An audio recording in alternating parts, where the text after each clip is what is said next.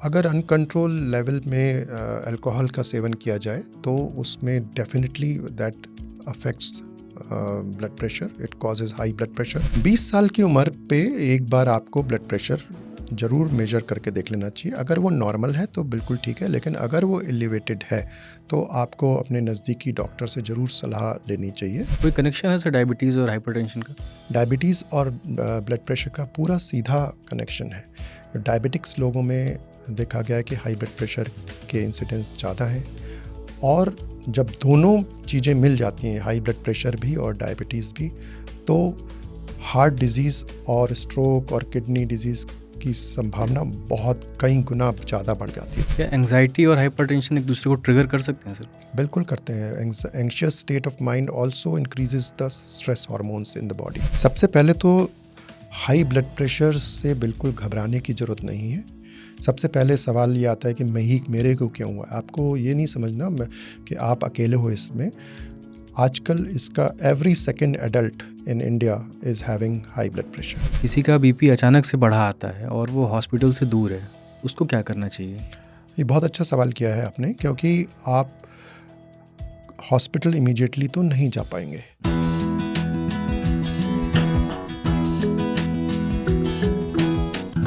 Hello, welcome. आप सुन और देख रहे हैं हेलो डॉक्टर, और मैं हूं अतुल।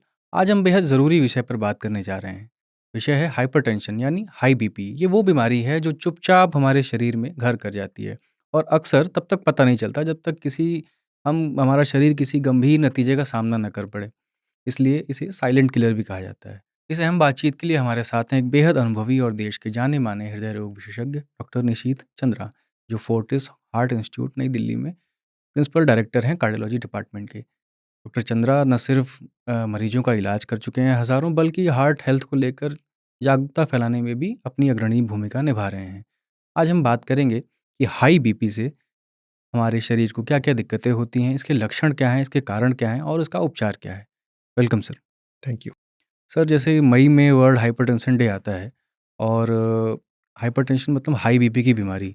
इसको अगर हमको समझाना हो आम आदमी को कि असल में हाइपरटेंशन है क्या? सो जब भी ब्लड प्रेशर, रक्त का प्रवाह होता है, तो उसको मूव करने के लिए हार्ट से डिफरेंट ऑर्गन्स तक जाने के लिए एक प्रेशर चाहिए होता है। तो इस प्रेशर के दो अंग होते हैं। एक तो ऊपर वाला न्यूमेरिकल वैल्यू जिसको हम सिस्टोलिक प्रेशर बोलते हैं, और एक होता है डायस्टोलिक जो नीचे वाला। जैसे आप लोगों ने सुना होगा कि जब ब्लड प्रेशर को हम लोग लिखते हैं तो 120/80 की नॉर्मल है, तो 120 इसमें सिस्टोलिक ब्लड प्रेशर है ऊपर वाला, और 80 है डायस्टोलिक प्रेशर। तो अब इसमें क्या फ़र्क है? इसमें फ़र्क है 120 upper systolic pressure when the heart contracts, उस समय का प्रेशर, वाइल जो नीचे वाला ब्लड प्रेशर है, जो डायस्टोलिक प्रेशर है, तो हार्ट जब कॉन्ट्रैक्ट करने के बाद जब रिलैक्स करता है उस समय भी एक प्रेशर होता है जिसको डायस्टोलिक प्रेशर बोला जाता है, वो ज़ीरो नहीं होता। तो systolic pressure is the pressure exerted on the lateral surface of the blood vessels और blood vessels के अंदर when the heart contracts, जब हार्ट कॉन्ट्रैक्ट करता है, और diastolic pressure when the blood pressure exerted in the vessel wall while the heart relaxes, जब heart relax करता है उस समय का ब्लड प्रेशर ब्लड वेसल्स में होता है, उसको बोलते हैं। दोनों ही सिस्टोलिक और डायस्टोलिक प्रेशर के अपने अपनी इंपॉर्टेंस होती है। इसे सर साइलेंट किलर क्यों कहा जाता है हाइपरटेंशन को? सो ब्लड प्रेशर को साइलेंट किलर इसलिए कहा जाता है कि शुरुआत में काफ़ी हद तक इसके कोई सिम्टम्स ही नहीं होते हैं। मतलब ये साइलेंटली अपना काम करता रहता है, जैसे धीरे धीरे बढ़ता है, और लोगों को कोई लक्षण ही नहीं होते। वो सोचते हैं कि हम बिल्कुल ठीक हैं। जब तक वो ब्लड प्रेशर कभी नपाते नहीं हैं, उनको लगता है हमें ब्लड प्रेशर है ही नहीं, हाई ब्लड प्रेशर नहीं है। तो और जब सिम्टम्स आने शुरू होते हैं उस समय तक ब्लड प्रेशर काफ़ी एडवांस स्टेज में बढ़ चुका होता है। तो इसलिए, और उस समय बहुत सारी गंभीर प्रॉब्लम आ सकती हैं, जैसे हार्ट अटैक्स हो सकते हैं, स्ट्रोक्स हो सकते हैं, किडनी प्रॉब्लम्स हो सकती हैं, रेटिनोपैथी हो सकती है हाई ब्लड प्रेशर की वजह से, हार्ट फेलियर हो सकता रेटिनोपैथी है। मतलब आँख की कोई? आँख की बीमारी, हाइपरटेंसिव रेटिनोपैथी बोलते हैं उसको। क्योंकि देखिए पूरे शरीर में ब्लड वेसल्स हर जगह हैं। किसी भी शरीर के एक एक सेल को ऑक्सीजन और न्यूट्रिएंट्स पहुंचाने के लिए ब्लड वेसल्स वहाँ होती हैं और उन ब्लड वेसल्स में एक प्रेशर होता है। तो अगर वो प्रेशर नॉर्मल है तो सामान्य रूप से ब्लड बॉडी के ऑर्गन्स काम करते रहते हैं। अगर ये ब्लड प्रेशर बढ़ा हुआ है तो not only they damage the blood vessels, they damage the target organ. हम टारगेट ऑर्गन डैमेज बोलते हैं। अगर वो हार्ट को अफेक्ट करते हैं तो हार्ट को टारगेट ऑर्गन डैमेज होता है। अगर किडनी का है तो रीनल डैमेज होता है, हाइपरटेंसिव किडनी डिजीज, ऐसी ब्रेन में स्ट्रोक हो सकता है। तो लकवा की बीमारियाँ, लकवा की भी पैरालिसिस हो सकती है। तो ब्लड प्रेशर इसीलिए बहुत इम्पॉर्टेंट एक प्रॉब्लम है जिसको कंट्रोल करना बहुत ज़रूरी है, क्योंकि शुरुआत की स्टेजेस में ये बिल्कुल साइलेंट होता है, कोई सिम्टम्स नहीं होते हैं। किस रेंज तक सिम्टम नहीं आते हैं सर? ऐसा रेंज में सिम्टम इसका कोई ऐसा पैरामीटर नहीं है। ये सिम्टम आते हैं कि कितनी तेजी से ब्लड प्रेशर बढ़ा। अच्छा। उससे वो सिम्टम हो सकता है 180 तक भी ना आए सिस्टोलिक में, लेकिन अगर किसी का 120 ब्लड प्रेशर है और सडनली 130 भी हुआ तो उसको सिम्टम आ सकते हैं। तो acute rise in blood pressure can bring out symptoms, लेकिन अगर क्रॉनिकली धीरे धीरे ब्लड प्रेशर बढ़ रहा है तो सिम्टम्स नहीं भी आ सकते। उस भी अवस्था में कि ब्लड प्रेशर बहुत हाई हो चुका है तब भी सिम्टम नहीं आते। और एक्यूट के तो बहुत सारे कारण हो सकते हैं। जो एक्यूट के बहुत सारे कारण होते हैं और क्रॉनिक पैनिक होने से भी क्या बढ़ सकता है एक्यूट में? ऐसा हो सकता है? बिल्कुल। तो जो पैनिक में जैसे कुछ स्ट्रेस हार्मोन्स रिलीज होते हैं ब्रेन से to prepare the body to fight that crisis. तो फ्लाइट और फ्राइट क्राइसिस बोलते हैं इसको।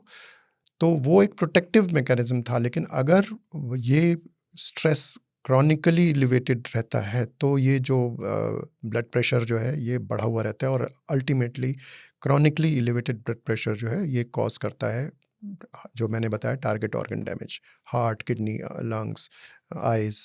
क्या क्या रीज़न है सर क्रोनिक की अगर हम बात करें तो? So- एक तो देखते हैं कि मोटापा एक रीज़न है, जिनका वजन ज़्यादा है। इसका मैं क्रमवार बताता हूँ। जो सबसे इम्पॉर्टेंट कॉज है वो है गलत डाइट। आजकल जो डाइट का हम लोग देखते हैं कि लोग बाग हेल्दी कुकिंग से दूर हटके वो लोग क्विक और जो मैं किसी का नाम नहीं लेना चाहूँगा, बट जो ऑनलाइन डिलीवरी सिस्टम्स होते हैं वो तुरंत फूड पहुँचाते हैं और उसमें जो अनहेल्दी कुकिंग होती है, सॉल्ट की मात्रा बहुत ज़्यादा होती है। तो higher intake of salt is one of the main reason for uncontrolled blood pressure nowadays in India and even abroad.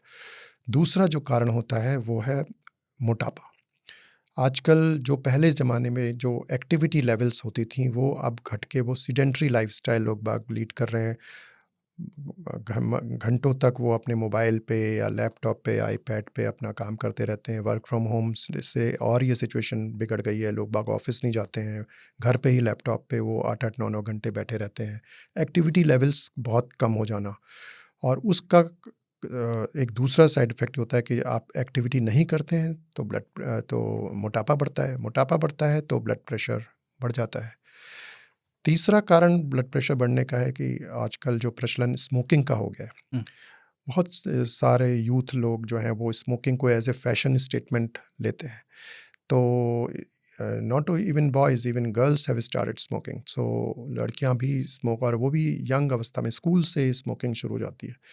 That also causes high blood pressure. वो स्मोकिंग कैसे करता है, वो जो आर्टरीज होती हैं, रक्त वाहिनीज होती हैं, उनको वो ये कंस्ट्रिक्ट कर देता है, नैरो कर देता है। तो हार्ट को ज़्यादा प्रेशर से ब्लड को फ्लो कराना होता है, तो वो ब्लड प्रेशर बढ़ जाता है। चाहे वो किसी तरह का तंबाकू, स्मोकिंग हो या चबाने वाला हो। बिल्कुल, टोबैको है, स्मोकिंग है, इवन कुछ लोग सोचते हैं कि जो ई सिगरेट्स है that is safer, that is also not safe. कुछ लोग आजकल पार्टीज़ में हुक्का का बहुत चलन बढ़ चुका है यंगर क्राउड में, तो that is also very harmful because all these have carbon dioxide, nitrous oxide, sulphur oxide, methane, which are toxic for the heart as well as blood pressure, blood vessels, and it can cause increased high blood pressure or ultimately heart attacks. Sir एक समय था जब cardiologist कहते थे कि wine is good for heart health, और इतना ml और ये सब चीज़ें चलती थी। अब तो ख़ैर WHO की रिपोर्ट आई कि अब बिल्कुल ही खतरनाक है।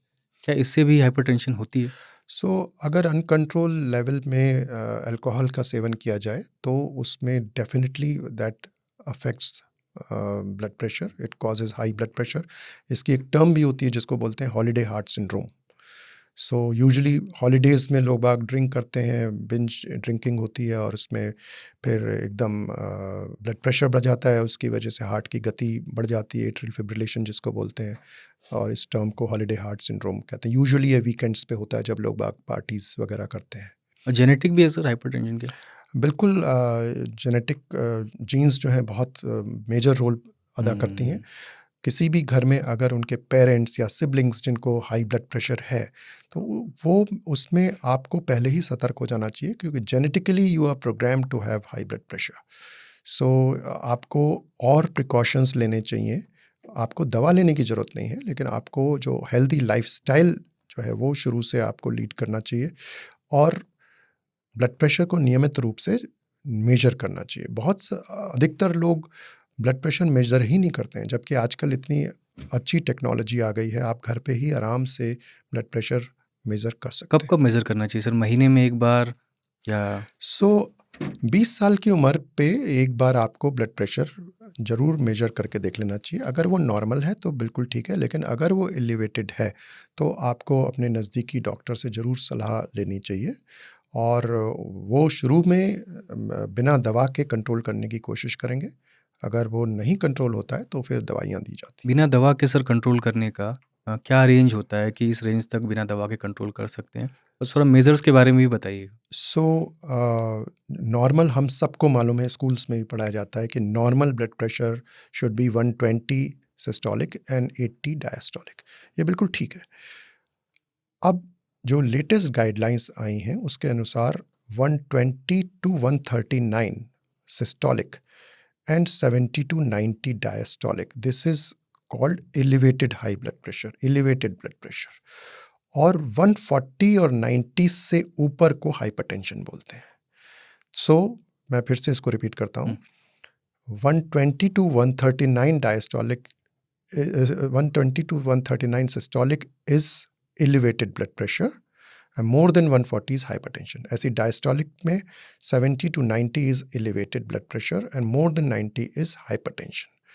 अब जो आपने सवाल किया है कि कब हमें दवा शुरू करनी चाहिए, दवा हम शुरू करते हैं जब ब्लड प्रेशर 140-90 से ऊपर है। एलिवेटेड रेंज में मतलब 120 टू 139 रेंज में हम नॉन फार्माकोलॉजिकल और नॉन मेडिकल वेज यूज़ करते हैं ब्लड प्रेशर कम करने के। ये क्या है? ये वही चीज़ें हैं जो जिन कारणों से ब्लड प्रेशर होता है, जैसे डाइट में नमक का सेवन ज़्यादा करना। तो बहुत कॉमन चीज़ है कितना नमक हमें खाना चाहिए डेली में। तो नॉर्मली आपको एक 24 घंटे में 5 ग्राम से ज़्यादा नमक नहीं सेवन करना चाहिए। 5 ग्राम कितना होता है? कि 1 लेवल टीस्पून। सर इसके साथ ये भी बताइएगा कि जिनको हाइपरटेंशन हो गया है उन लोगों को नुस्खे बताने वाले बहुत लोग रहते हैं आसपास। आजकल की ये समस्या है कि आजकल व्हाट्सएप पे एवरीबडी इज़ अ डॉक्टर। सो बहुत सारे नीम हकीम और बहुत सारे पड़ोसी दोस्त हर अपना अपना एक नुस्खा आपको बताता है, तो उसको फॉलो नहीं करना चाहिए। और लोग बाग खुद आजकल गूगल पे या चैट जीपीटी पे या उस पे जाके अपना सर्च करते हैं और उससे फिर और प्रॉब्लम में फंसते हैं। हमेशा आपको एक ट्रेंड प्रोफेशनल मेडिकल पर्सनल से बात करके डिस्कस करके और तभी अपना ट्रीटमेंट प्लान बनाना चाहिए, क्योंकि ब्लड प्रेशर के बहुत डिफरेंट रीजंस हो सकते हैं। तो हमेशा आपको एक ट्रेंड डॉक्टर के निरीक्षण में ही आगे बढ़ना चाहिए। वो रीज़न डायग्नोज करना चाहिए क्या है? रीज़न डायग्नोज करना चाहिए और हर एक ब्लड प्रेशर में दवाइयाँ नहीं शुरू की जाती हैं। जैसा मैं बता रहा था कि पहले तो हमें नमक का सेवन कम करना चाहिए। दूसरा, आपको एक्सरसाइज लेवल्स बढ़ानी चाहिए। कितनी एक्सरसाइज करनी है कि एक दिन में कम से कम 30 minutes of aerobic exercise, brisk walk आपको ज़रूर करनी चाहिए। अगर आपको मोटापा है, जब मोटापा कब क्या डेफिनेशन है, बॉडी मास इंडेक्स अगर 25 से ज़्यादा है तो हम उसको ओवरवेट बोलते हैं और 30 से ज़्यादा है तो उसको ओबेसिटी बोलते हैं। तो अगर 25 से ज़्यादा अगर आपका बॉडी मास इंडेक्स है तो उसमें आपको फिर ये सारी चीज़ें, आपको डाइट अपनी कम करनी है, एक्सरसाइज बढ़ानी है, कैलोरीज कम करनी है, ये सब करना है। तो काफ़ी हद तक आपको बिना दवा लिए ही आप अपने ब्लड प्रेशर को कंट्रोल कर सकते हैं। अभी सर ओपीडी करते हुए ऐसे पेशेंट आते हैं जो यंग हैं और उनको ब्लड प्रेशर की समस्या है, ये क्योंकि यंग आ- लोग तो भ्रम में रहते हैं कि हमें तो आज हो ही नहीं सकता तो ये बीपी। भी एक कॉमन मिथ है कि ब्लड प्रेशर जो है ये बुढ़ापे की बीमारी है। ऐसा नहीं है बिल्कुल। आजकल हम लोग इतने यंग एग्जीक्यूटिव्स देख रहे हैं, बच्चों को देख रहे हैं जो कोविड टाइम में जो जिनको वर्क फ्रॉम होम, चिल्ड्रन जो स्कूल क्लासेस जिनकी घर से हो रही थी, बैठे बैठे उनके वजन बढ़ रहे थे, बीपी बढ़ रहे थे। तो ये इस मिथ को आपको डिस्पेल करना चाहिए कि ब्लड प्रेशर ओल्ड एज की बीमारी है। This can happen to anyone and nowadays because इतना ज़्यादा स्ट्रेस है, वर्क प्रेशर है, अनहेल्दी लाइफस्टाइल है, ईटिंग हैबिट्स हैं, वर्क फ्रॉम होम सिचुएशंस हैं, स्मोकिंग। तो यंग लोगों को भी 30 साल के बाद भी हम बहुत देख रहे हैं कि जो ब्लड प्रेशर का इंसिडेंस जो है भारतवर्ष में बहुत बढ़ गया है। सर इसमें पूरी तरह सच्चाई तो नहीं, लेकिन फिर भी एक फैक्ट तो है कि हाइपरटेंशन बुढ़ापे में लगभग जो है एक अनुपात में सबसे ज़्यादा देखा जाता है। इसके क्या कारण है? क्या उम्र के साथ धीरे-धीरे हार्ट हमारा कमज़ोर होता है? कि हमारे जिस कस्बे में हम लोग रहते हैं वहाँ लगभग हर दूसरा जो है बूढ़ा इंसान वो सो उसको हाई बीपी है। ये बात आपकी काफ़ी हद तक सच है कि जैसे-जैसे उम्र बढ़ती है, वैसे-वैसे ब्लड प्रेशर का इंसिडेंस जो है बढ़ता चला जाता है। ऐसा क्यों है? कि उम्र के साथ-साथ जो हार्ट की जो ब्लड वेसल्स जो होती हैं, जो ब्लड को पूरी बॉडी में सर्कुलेट करती हैं, वो स्टिफ़ होती जाती हैं, थिक होती चली जाती हैं। सो उनकी जो बिलिटी है, जो कंप्लायंस है, वो कम होती चली जाती है। लचक जो है वो कम होती चली जाती है। तो हार्ट को ब्लड को फ्लो कराने के लिए ज़्यादा प्रेशर की ज़रूरत होती है। तो उम्र के साथ ये बढ़ता चला जाता है इंसिडेंस। प्लस दूसरा एक कारण है कि उम्र के साथ-साथ और कोमॉर्बिड कंडीशंस बढ़ती जाती हैं। जैसे लोगों को डायबिटीज़ हो जाती है या मोटापा हो जाता है। तो उम्र के साथ-साथ इसलिए भी ब्लड प्रेशर बढ़ता कोई चला जाता कनेक्शन है। है सर डायबिटीज़ और हाइपरटेंशन का? डायबिटीज़ और ब्लड प्रेशर का पूरा सीधा कनेक्शन है। जो डायबिटिक्स लोगों में देखा गया है कि हाई ब्लड प्रेशर के इंसिडेंस ज़्यादा हैं। और जब दोनों चीज़ें मिल जाती हैं, हाई ब्लड प्रेशर भी और डायबिटीज़ भी, तो हार्ट डिज़ीज़ और स्ट्रोक और किडनी डिज़ीज़ की संभावना बहुत कई गुना ज़्यादा बढ़ जाती है। तो दोनों मिलके it's a deadly combination. High blood pressure and diabetes is a deadly combination for heart diseases. और सर इसके सिम्पटम्स पे अगर बात की जाए, जैसे आपने बताया भी कि सिम्पटम आते हैं। इसके पहले आप कह रहे थे कि किसी-किसी को हार्ट अटैक आया है अगर डांस करते हुए, जैसे आजकल काफ़ी न्यूज़ में रहती हैं खबरें। आपने बताया था कि ये कुछ उनको हार्ट सिम्पटम्स देता है। क्या आजकल जो बहुत स्ट्रेस वाली लाइफ़स्टाइल लोग जी रहे हैं, किसी को चक्कर आना और बेचैनी होना, ये हाई बीपी के लक्षण हो सकते हैं? ये बिल्कुल हो सकते हैं। हाई ब्लड प्रेशर के जो कॉमनेस्ट सिम्पटम्स हम बता सकते हैं कि एक तो हेडेक होना, जो सबको मालूम है कि हेडेक। लेकिन कई बार होता है कि हेडेक भी नहीं होता और उसके बाद ब्लड प्रेशर, जैसा मैंने बताया, क्रॉनिकली अगर धीरे-धीरे ब्लड प्रेशर एलिवेट हुआ है, तो उसमें कोई भी सिम्पटम नहीं हो सकता। लेकिन कुछ सिम्पटम ऐसे हैं जो आपको इग्नोर नहीं करने चाहिए। जैसे अगर सिर दर्द आपका बना हुआ है या आपको चलने में साँस फूलती है या चलने में सीने में जकड़न आ रही है या पसीना आउट ऑफ प्रोपोर्शन आपको आ रहा है कि मतलब गर्मी भी नहीं है उसमें भी पसीना, तो आपको तुरंत अपने डॉक्टर से जाके जांच करानी चाहिए। बहुत सिंपल, आपको घर पे अपना ब्लड प्रेशर इंस्ट्रूमेंट से आप नापिए उसको, और अगर वो 120/80 से ज़्यादा है तो आप you should go to a nearest doctor और उससे आपको प्रोफेशनल एडवाइस लेनी चाहिए। अच्छा, और लोग कहते हैं कि नहीं, गुस्से से भी बीपी बढ़ता है, इसमें क्या मिथक है? जैसा पहले मैंने बताया कि जो ब्रेन है, अगर एंगर जो है उसमें हमेशा स्ट्रेस हार्मोन्स निकलते हैं। तो गुस्से से ब्लड प्रेशर का सीधा कनेक्शन है।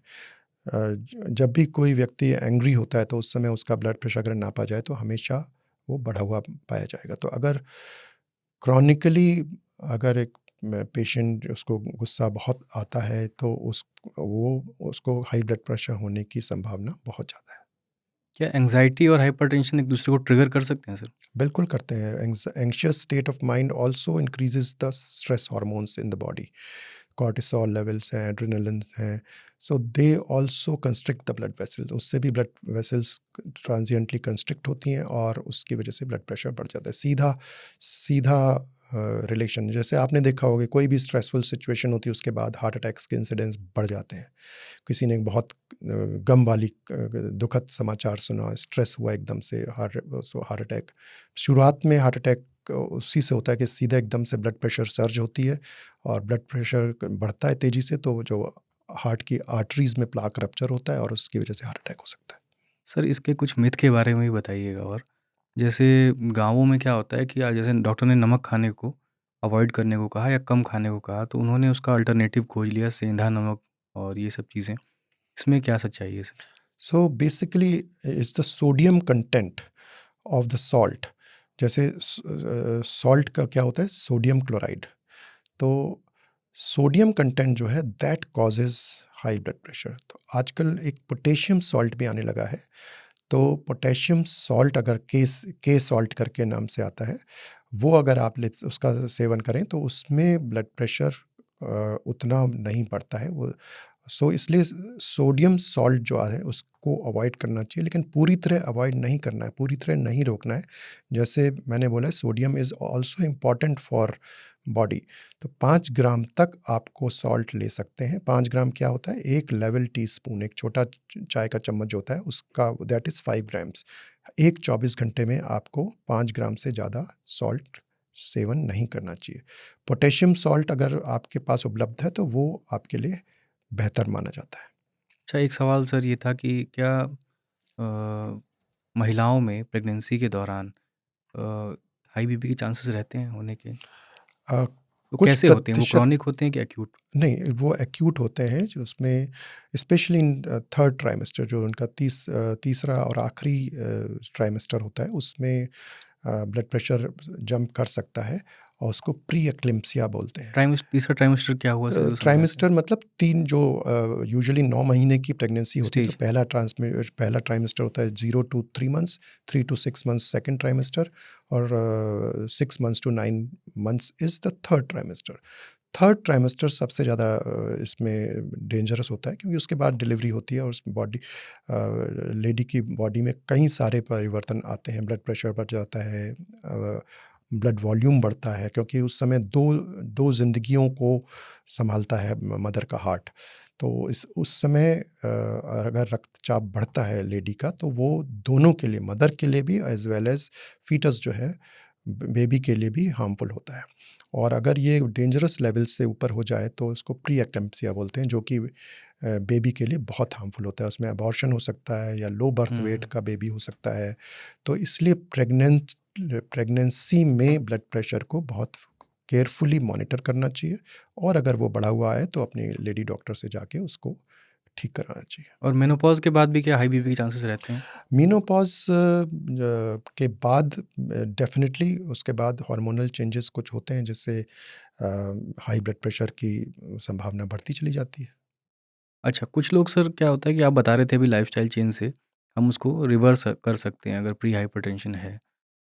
उसके बाद लोग दवाइयाँ छोड़ देते हैं खाना। क्या ऐसा हो सकता है कि दवाइयाँ अगर आप नियमित नहीं ले रहे हैं, तो वापस आपको दोबारा हाई बीपी के शिकार हो सकते हैं? तो ये एक बहुत कॉमन मिथ है कि लोग ये सोचते हैं कि एक बार ब्लड प्रेशर की दवा शुरू हो गई तो वो छोड़ी नहीं जा सकती। ऐसा नहीं है। अगर आपने लाइफ़स्टाइल चेंजेस कर लिए हैं, और तो काफ़ी हद तक आपने अपना वज़न घटा लिया है, सॉल्ट कम कर दिया है, स्मोकिंग छोड़ दी है, अल्कोहल कम कर दिया है, तो काफ़ी हद तक आप ब्लड प्रेशर की दवाइयाँ कम कर सकते हैं, और कुछ केसेज़ में ब्लड प्रेशर की दवाइयाँ छूट भी जाती हैं। लेकिन आपको अपने आप ब्लड प्रेशर की दवाइयाँ नहीं बंद करनी चाहिए। हमेशा एक डॉक्टर की सलाह पे, अगर डॉक्टर समझता है और आपने अपना ब्लड प्रेशर मॉनिटर किया है घर पे रेगुलरली, अगर वो 120-80 से के नीचे आ रहा है, तो डॉक्टर की सलाह पे आपको दवाइयाँ रोकनी चाहिए, अपने आप नहीं रोकनी चाहिए। हाँ, लोग कहते हैं आदत लग जाएगी इसलिए हम नहीं खाते हैं। तो ये एक अगेन ये भ्रामक ऐसे मिथ है। पेशेंट आते हैं आपके पास? बहुत आते हैं कि वो डॉक्टर साहब कि ये तो हम दवा नहीं खाएँगे, इसकी आदत लग जाएगी। लेकिन हमेशा मेडिकल फील्ड में हम रिस्क बेनिफिट देखते हैं कि benefit of taking medicine is more और रिस्क इज़ मोर। तो ब्लड प्रेशर बढ़ा हुआ रहता है और वो दवा ना खाएँ इस उससे के डर से कि आदत लग जाएगी, वो बढ़ा हुआ ब्लड प्रेशर ज़्यादा घातक होगा, बनिस्बत कि वो दवा खा के उस ब्लड प्रेशर को कंट्रोल कर लें। यहाँ पे अगेन एक मेडिकल प्रोफ़ेशनल की एडवाइस बहुत ज़रूरी होती है और देख-रेख कि वो उस दौरान वो ये मेजर करता रहता है कि उस दवा की वजह से कोई साइड इफ़ेक्ट्स तो नहीं हो रहे हैं। अगर साइड इफ़ेक्ट्स हो रहे हैं, तो वो दवा मॉडिफ़ाई कर सकता है, डोज़ कम कर सकता है, चेंज कर सकता है।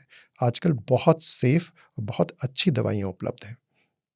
सर आप कह रहे थे कि मोटापे में जो लोग मोटे हैं, यंग हैं और उनको हाई बीपी की समस्याएँ ज़्यादा चांस रहते हैं होने के। लेकिन ऐसे लोग भी हैं जो फिज़िकली दिखने में फिट हैं और उनको हाई बीपी है, दुबले-पतले हैं। उनकी उनके कारण क्या हो सकते हैं सर हाई बीपी के? तो मोटे तौर पे जो ओबीस लोग हैं, उसमें हाई ब्लड प्रेशर की संभावना और इंसिडेंस बहुत ज़्यादा होती है। लेकिन ये आपका कहना बहुत सच है कि बहुत आजकल पतले लोग जो हैं, जो मोटे नहीं हैं, बॉडी वेट भी उनका सही है, उनमें भी हाई ब्लड प्रेशर की संभावना बढ़ती जा रही है और उसके कारण ये कि मोटापा एक कारण है।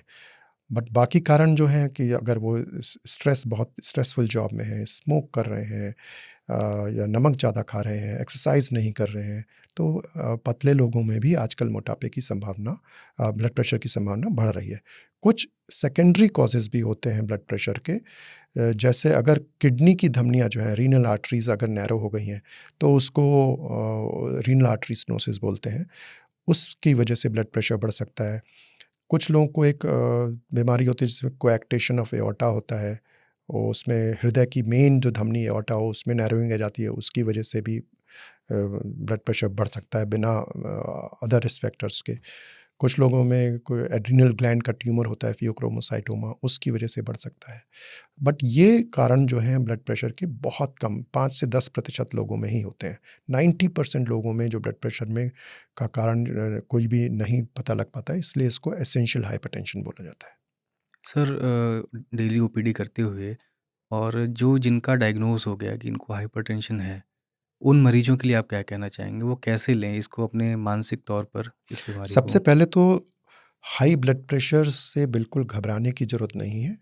सबसे पहले सवाल ये आता है कि मेरे को क्यों हुआ? आपको ये नहीं समझना कि आप अकेले हो इसमें। आजकल इसका every second adult in India is having high blood pressure. So बिल्कुल आपको घबराने की ज़रूरत नहीं है, क्योंकि इसको कंट्रोल करने के आजकल इतने अच्छे उपाय आ गए हैं। सिंपली आपको सबसे पहला तो आपको अवेयरनेस होनी चाहिए कि आपका ब्लड प्रेशर बढ़ा हुआ है, तो उसके लिए आपको घर पे मॉनिटर करना चाहिए।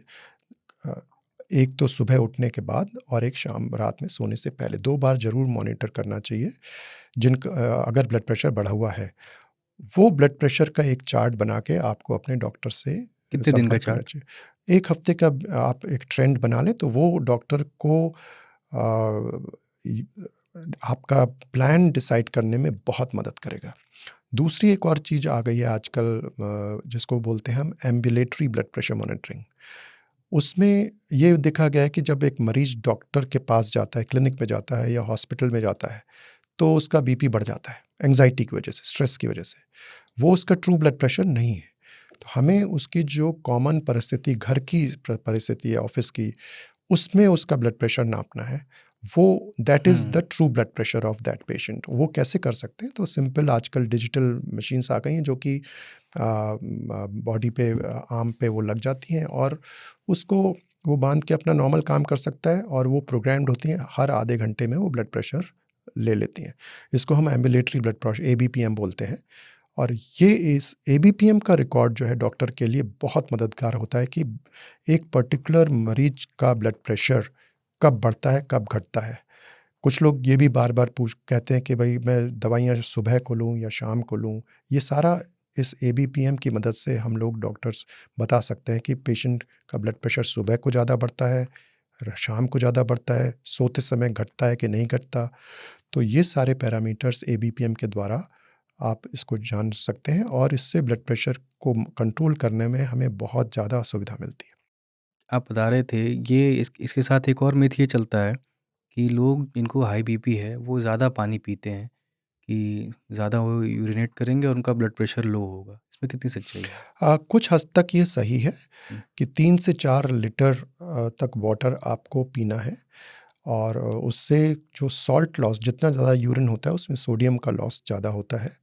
लेकिन अगेन ये फिर आपको अपने डॉक्टर से सलाह लेनी चाहिए। अगर आपका हार्ट कमज़ोर है, उसका पंपिंग फ्रैक्शन, इजेक्शन फ्रैक्शन जिसको बोलते हैं, कम है या हार्ट फेलियर के मरीज हैं आप, उसमें हमें फ्लूइड रेस्ट्रिक्ट करना चाहिए और उसमें हमें 1.5 हुँ। से 2 लीटर से ज़्यादा नहीं पीना चाहिए।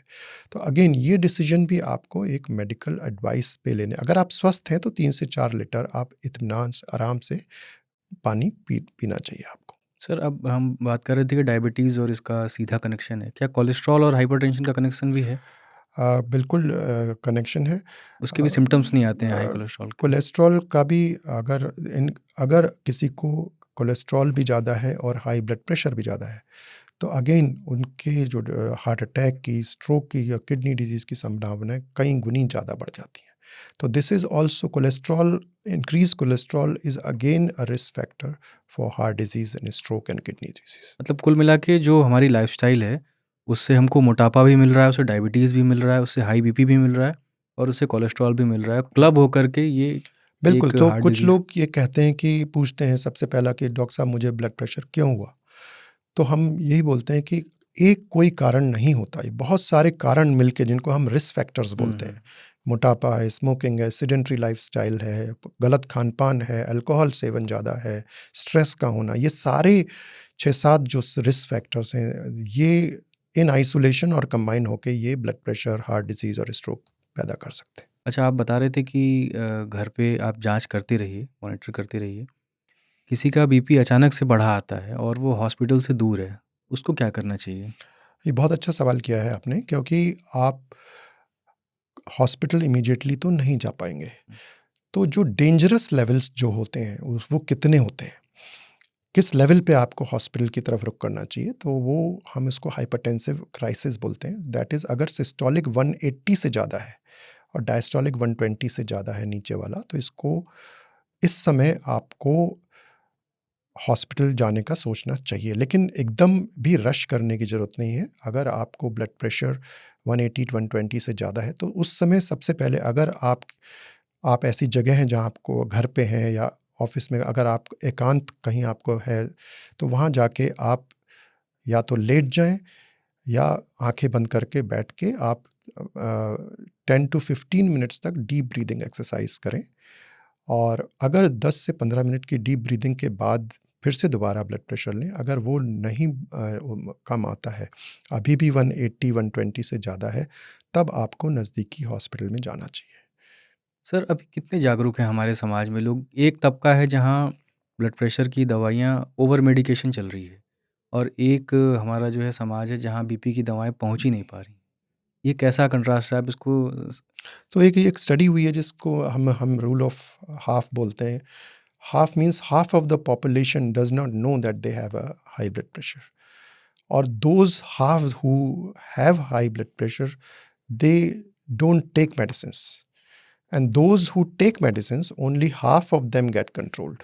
तो रूल ऑफ हाफ है ये, तो आप समझ लीजिए कि 50% पॉपुलेशन को तो ये नहीं मालूम है कि उनको हाई ब्लड प्रेशर, इसका मतलब हर दूसरे इंसान को है। दूसरे एडल्ट में हुँ। हाई ब्लड प्रेशर, और दूसरे जिनको है वो दवा नहीं लेते हैं, और जो दवा ले भी रहे हैं उनमें 50% कंट्रोल हो पाते हैं एडिक्वेटली, क्योंकि वो रेगुलर रहते हैं।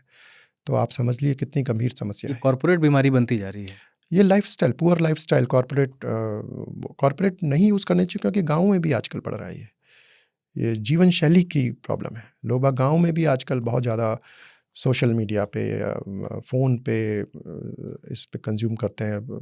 जैसे पहले खेतों में जाके मेहनत करते थे, वो सब जीवन शैली ख़त्म हो रही है अब। खान-पान में वो क्विक मील्स जो हैं अपना ऑर्डर करते हैं, अपना खाते हैं सब। उसमें सॉल्ट इंटेक बहुत ज़्यादा होता है। तो जो फ्रेशली कुक्ड होम मील्स का जो एक वो ट्रेंड है, वो ख़त्म होता चला जा रहा है। इसके अलावा सर आप कुछ अगर जोड़ना चाहें, बाकी लोग ऐसे भी मिलते हैं जो कहते हैं हाँ, मुझे हाई बीपी है, मुझे पता चल गया है, लेकिन मुझे ठीक लगता है, मुझे कोई तकलीफ़ नहीं है। तो सो मैं एक यही मैसेज देना चाहूँगा कि हाई ब्लड प्रेशर को आपको लाइटली नहीं लेना है। और इसको रेगुलरली मेजर करके डिटेक्ट करना चाहिए। और अगर है तो फिर वहाँ घबराना नहीं है, क्योंकि बहुत सारे अब मेथड्स हैं जिसमें बिना दवा के आप इसको पहले कंट्रोल कर सकते हैं। और अगर वो नहीं कंट्रोल होता है किसी वजह से, तो आजकल बहुत अच्छी सेफ मेडिसिन्स हैं, लेकिन सेल्फ मेडिकेट नहीं करना है। आपको हमेशा एक ट्रेन्ड मेडिकल प्रोफेशनल की सलाह में, आपको गाइडेंस में आगे बढ़ना है। और अगर आप ये सलाह मानते हैं तो काफ़ी हद तक ब्लड प्रेशर को कंट्रोल किया जा सकता है, और इवन आप दवाएं भी छोड़ सकते हैं। सर आजकल अल्टरनेटिव मेडिसिन का भी बहुत सारा जो है विज्ञापन चलते हैं, इसके बारे में भी आप जागरूक करना चाहें सो तो बताते चलें। ऑल्टरनेटिव मेडिसिन्स में आजकल जैसे आयुर्वेद है, यूनानी है, इसमें भी काफ़ी हद तक आजकल ब्लड प्रेशर को कंट्रोल करने की क्षमता पाई गई है। और अगेन इसमें मेरी सलाह ये होगी कि आप किसी ट्रेन्ड विशेषज्ञ के पास ही जाएं। नीम हकीम या व्हाट्सएप पे या इस पे आप इनकी एडवाइस आप नहीं माने। आयुर्वेदिक के और अल्टरनेटिव उसके भी आयुष संस्थान बहुत अच्छे खुल गए हैं, तो उसमें भी ब्लड प्रेशर का इलाज संभव है। शुक्रिया सर। तो ये थी आज की हमारी बातचीत हाइपरटेंशन यानी हाई बीपी पर, और हमने समझा कि ये बीमारी कितनी खामोशी से हमारे शरीर पर असर डाल सकती है और क्यों इसे हल्के में लेना खतरनाक हो सकता है। हम बेहद शुक्रगुजार हैं डॉक्टर नीतीश चंद्रा जी का, जिन्होंने बहुत सरल और साफ शब्दों में इस जटिल बीमारी के बारे में हमें बताया और इससे जुड़ी तमाम भ्रांतियों के बारे में, इससे उस भ्रांतियों को दूर भी किया। अगर आपको ये एपिसोड अच्छा लगता है, जानकारीपूर्ण लगता है, तो इसे अपने परिवार, अपने दोस्तों, खासकर उन लोगों के साथ ज़रूर साझा करें, जो दिल की सेहत को लेकर सजग रहना चाहते हैं, जिन्हें हाइपरटेंशन या हाई बीपी की दिक्कत है। आप हमें स्पॉटिफ़ाई, एप्पल पॉडकास्ट पर फॉलो कर सकते हैं। अपनी राय ज़रूर भेजें और कमेंट बॉक्स में ये एपिसोड कैसा लगा लिखकर ज़रूर बताएँ। हमें दीजिए इजाज़त, अगले एपिसोड में मिलेंगे किसी नए विशेषज्ञ के साथ। सुनते रहिए आज तक रेडियो। Thank you.